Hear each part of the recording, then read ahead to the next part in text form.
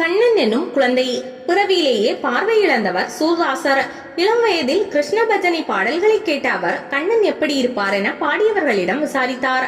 கண்ணன் சிறு குழந்தை, கருநீல நிறத்தில் இருப்பான்.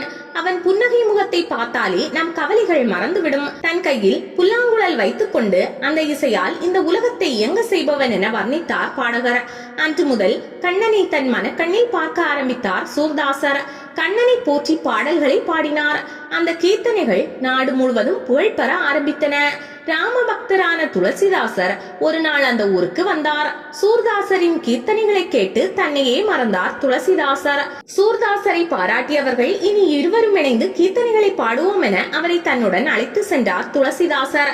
அன்றிலிருந்து இருவரும் தினமும் கண்ணன் கோவிலுக்கு சென்று அவனது கீர்த்தனைகளை பாடி வந்தனர். ஒரு நாள் அவர்கள் இப்படி செல்லும் போது ஊர் மக்கள் பயத்துடன் ஓடி வந்து கொண்டிருந்தனர். என்ன ஆனது என விசாரித்தார் துளசிதாசர். மதம் பிடித்த யானை ஆக்ரோஷமாக வந்து பலரை மிதித்து கொண்டு விட்டது. அதனால் தான் எல்லோரும் ஓடுகிறோம், நீங்களும் பாதுகாப்பான இடத்திற்கு செல்லுங்கள் என்றனர் ஊர் மக்கள். மதம் பிடித்த யானை எப்படி இருக்கும் என விசாரித்து அரைந்து கலங்கினார் சூர்தாசர். அவரை தேற்றி நமக்குள் கண்ணன் இருக்கும் போது என்ன கவலை என கூறி கண்ணனை நினைத்து தியானித்தார் துளசிதாசர். மதம் கொண்ட யானை அவர் அருகே வந்து நின்றது.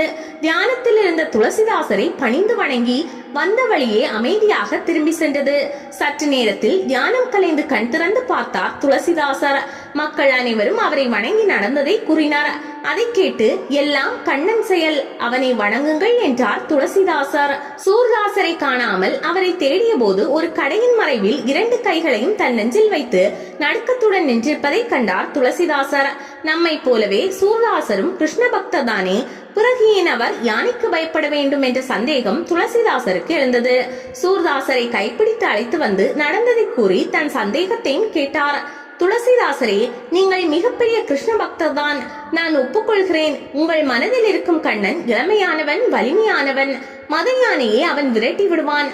ஆனால் பார்வையற்ற என் மனக்கண்ணில் உள்ள கண்ணன் சிறு குழந்தை. இந்த குழந்தை கண்ணன் அந்த மதையானையை பார்த்து பயந்து விட்டால் என்ன ஆவது? அதனால் தான் என் 2 கைகளையும் நெஞ்சில் வைத்து யானையை அவன் பார்ப்பதை மறைத்துக் கொண்டேன் என பணிவுடன் சொன்னார் சூர்தாசர். இதை கேட்டு இதுதான் உண்மையான பக்தி என ஆனந்த கண்ணீர் வடித்தார் துளசிதாசர்.